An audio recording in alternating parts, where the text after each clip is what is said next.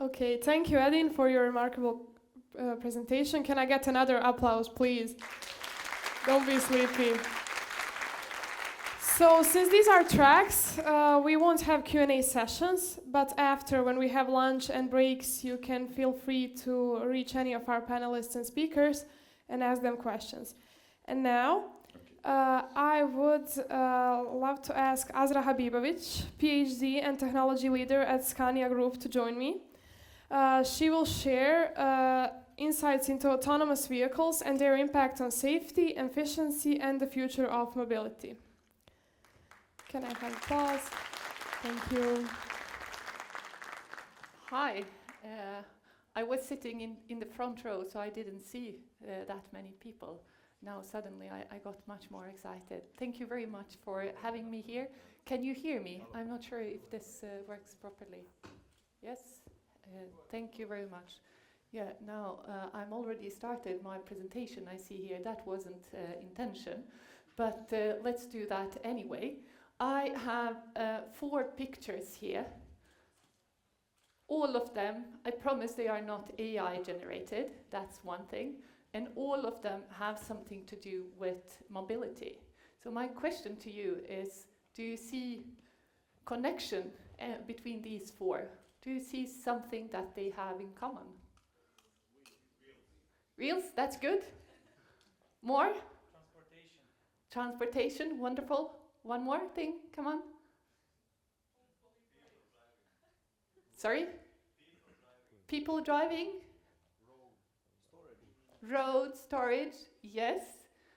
Thank you. I will not keep you waiting more. All of them are actually made by Scania, my current employer. So that was the common thing. But of course, all these things that you said, they are applicable. So what do we see here? Very first here, 2 ladies on bike. That was 133 years ago when Scania was grounded. We produced bikes. Then up there, perhaps it's a bit difficult to see from the picture, but it's a train wagon. That's what we produced some 10 years after we were started. And then up there, there is our first truck that was made around 1900. And down there you can see one of very long trucks that we launched I think 3-4 years ago. This one extra long, it wouldn't be allowed to drive here in Bosnia, on Bosnian roads. It is mainly used in northern Sweden, where we have timber transportation, and this truck is 35 meter long. There is, we made a special regulation to enable this truck to drive on the road. So that's why I say it wouldn't be able to drive here in Bosnia. It's not due to infrastructure per se, it's more due to regulation that is currently in place. What do I want to show with these pictures? Of course, I'm a bit promoting my company and the long history that we have, but in fact, I want to highlight here, I'm sorry, Igor was talking about something that I also want to point here, ability to adapt. Pivot, that was the word that Igor used in his presentation just before the break, if you listen to his presentation. He talked in the context of startups, but I promise you that's valid in the context of a large corporate company as well. You see, we started with bikes, and today we are producing trucks, buses, different mobility solutions and services supporting our products. If you would have asked someone 130 years ago to imagine the picture that you see with this 35-meter long truck, that wouldn't be possible, because that was our business case to produce bikes. But today we have much more. So this is applicable, what Igor talked about, pivoting, ability to change, ability to adapt. That's applicable to large companies. And I promise you it's applicable to individuals as well. Myself, I was born and raised here in Bosnia, in East Bosnia, Čajniče. I don't know how many people know of Čajniče, but that's where I'm born, proudly. When I was 14, my family, after the war in Bosnia, I spent the war here in Bosnia, in Gorazde, and then 1996, summer 1996, my family moved to Sweden. Not knowing English, not knowing Swedish, being a teenager, that's not very good combination, I can tell you. But that fact pushed me into this creating and building up this ability to adapt and pivot. That was the key word, I think, for today. So I started high school in Sweden, and at that time, can you guess what I wanted to be when I grew up? Any guesses here? No? Of course. But medical doctor. I became doctor, but not medical doctor. My grandma died believing that I was medical doctor, but it was difficult to explain, okay, I'm doctor, but not really the one that you know of. So you see, I'm not going to tell you about entire my journey from wanted to be a medical doctor to ending up with a master degree in electrical engineering. And at that time, when I took a master degree in electrical engineering, I believed that I would work with medical electronics. I work for Scania, and I do not work with medical electronics for sure. So keep that in mind. Lesson number 1, try to adapt. I'm not saying that you should go out there without any vision. I realize now, I didn't know this some 20 years ago. I had a vision. I wanted to do something that is important. It was not being medical doctor per se. I wanted to contribute. I wanted to be part of society and to create change and be part of the change. So that was, in fact, my vision, not becoming medical doctor. So I became engineer, working mainly with safety on the road. And that's my, Igor was so passionate about Rola, and I'm very passionate when I talk about safety. But today I will not talk that much about safety.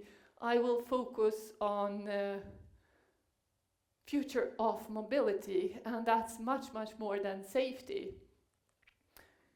Scania, just a few words. I have to mention this, otherwise I will not get paid, of course. We are part of Traton. Traton is a group, quite young group, that was created by Volkswagen, so we are 100% owned by Volkswagen, and together with MAN in Germany, International in North America, and Volkswagen Camiones and Buses in South America, we constitute a large, heavy vehicle corporation. Actually, today I'm saying I work for Scania, but in 1 month, if we meet, I would say that I work for Traton R&D, because we are Scania Research and Development is becoming part of Traton Research and Development. So I will actually be part of much, much larger organization, still doing the job that I do today. And now you probably wonder, what is the job you do?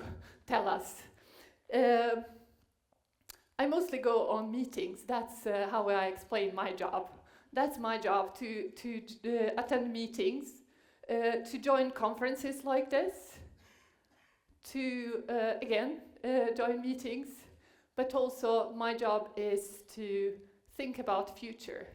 What is the future research? What is the future innovation that we need to do? So when I go to conferences, it's not just for fun, it's actually for collecting knowledge, again, to adapt as individual, but also to learn new things that are useful for my organization. So in addition to going to meetings, I actually work on setting research targets for Scania within autonomous driving, self-driving, if it's more familiar to you, and another research area that we call human factors. And that's basically research on how users and customers interact with our products and services. So that's my task. I define and set up new research and innovation projects in these two areas. And of course, I do support my colleagues running these projects later on. So I'm a senior specialist within autonomous vehicles and human factors in Scania. And again, in a couple of months, I will do this job for Traton. So I showed you a couple of pictures from old times, what we did some 100 years ago, 130 years ago. These are pictures of what we do today. A lot of stuff. We have construction vehicles, we have some special purpose vehicles, we have buses for urban, we have plenty of other types of vehicles, as you can see here. So in sum, we are a provider of transport solutions. So it's not only vehicles, we provide services. And this is where we think we need to go, or we believe need to go in future. But future can change very quickly. This is again some old pictures. As you can see, I love some old pictures. You can learn so much from history looking back. New York in 1900. What you can see, let's see if I can point here, on this picture with the red circle, all of these are horses, only one car. 10 years later, on the other pictures, there are no horses that you can see on the very much same street. So this is the change that we are part of today. Things change quickly in mobility. For us, seeing that every day, it might not seem much of a change, but believe me, things are changing very quickly. And for us, being in automotive sector, this means a lot. We need to change and to be at least one or even two steps ahead of the change and envision these things in advance. We are driven a lot by societal challenges. One of them is emissions. We are part of producing these emissions, and we need to fix it. Safety, I mentioned it. 1.3 million deaths on world road due to transport, due to road traffic. This is how many people died last year. 222 people. Can you imagine that? Just because of cars and trucks, of course. So this is one of our drivers. Another one is related to drivers, speaking of drivers. And this is, we have huge lack of drivers in Europe, to not speak of North America and other countries. So if you want to make sure that you have a job, make sure that you are taking truck driver's license, because I'm doing that, just to make sure that I have a job in a couple of years. We'll see. But of course, societal challenges are driving us, but it's also a technology shift that we have around us. Electrification is one of them, digitalization is another one, and automation is the third one. Just quickly, let's see if this will play examples of some research projects from electrification. This is, let's see if we have some. By a whole team of people, and we're just keen for it to get out on the roads and show what it can do. This is my colleague Erik. So this is a project to make the world's first solar-powered truck, to actually use the sun power to propel the vehicle forward. If you can make it work here with solar power in Sweden, you can make it work anywhere. I stop it here just to have time for showing. And so much effort put in. How can I go to next one? Thank you. to another solar cell on trailers. That's new thing. We are testing it now with our customers. So it started as a research project and now it's being tested with customers. This is yet another example on where we want to use data from our vehicles. We have around 1 million connected vehicles out there on the roads that are generating a lot of data, and we want to create a structure for using this data in our development. Today we are not using that fully. It's not very much structured. So that's another example of a project that I've set up and running. When it comes to automation, we work on two paths. One is to augment the human driver. I think Namik talked about that yesterday, using AI to augment the humans. But we are also looking into how to eliminate human drivers. And that goes back to this shortage of drivers as an example. So basically we work with this to improve safety, to improve transport efficiency, to reduce need for new infrastructure, but also to increase productivity for our customers. The status of autonomous driving today. This is my ride 2 months ago with Waymo in California. So you can, anyone can call for a robotaxi. There is no driver in this car. This is status. This is for real. It's not fantasy anymore, but it is only possible to do in certain areas. So if you want me to summarize the status of autonomous driving, this is the status. You can ride a robotaxi without human driver on certain streets, certain parts of San Francisco. Now it's possible to do that in LA as well. As for Scania, we have two cases that we are focusing on when it comes to driving without driver, and that is in mining and what we call hub to hub, and that's driving from point A to point B on predefined routes on highways, to simplify things. I have some movies just to show you very, very quickly. This is also started as a research project, and now it is a product that you can buy as our customer. Autonomous truck without driving in a line. This is an example from Australia where we started this project. This is driving on highway. Today we performed the first autonomous transport operation in Europe with commercial goods together with Harvey Logistics. No tests, real business.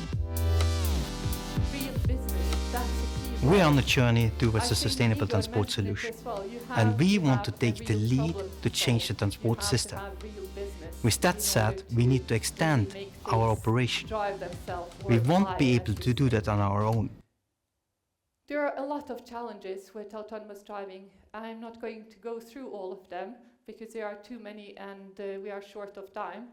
Just a couple of words. I think Namik did tremendous work yesterday when he talked about AI, so I'm not going to repeat that. Just apply that to autonomous driving, to mobility sector, and you will for certainly have good career in front of you. Jumping over some pictures, also something that Namik mentioned yesterday, system design.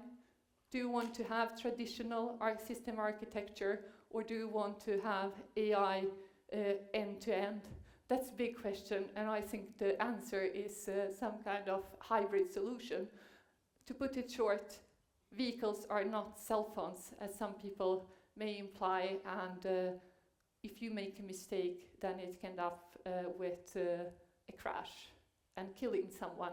If you make a mistake in ChatGPT, well, someone will be sad, perhaps disappointed, but I promise you very few people will die of mistakes made by ChatGPT. But if a car makes a mistake, then it's done.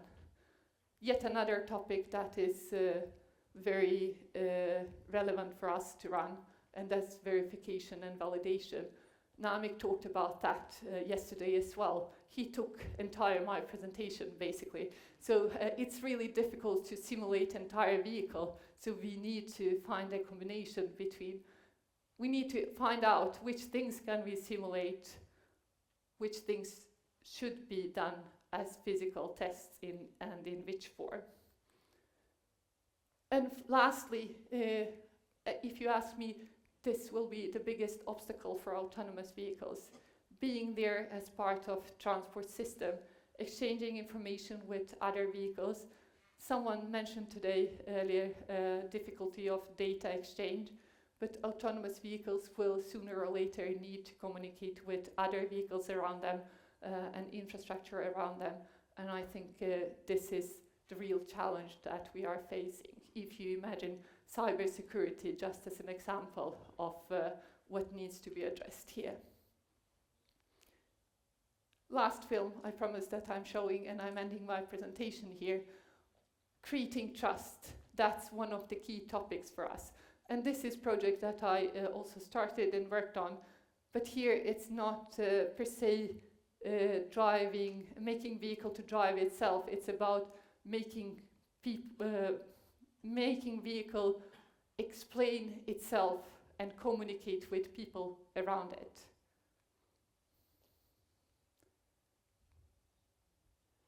Oh.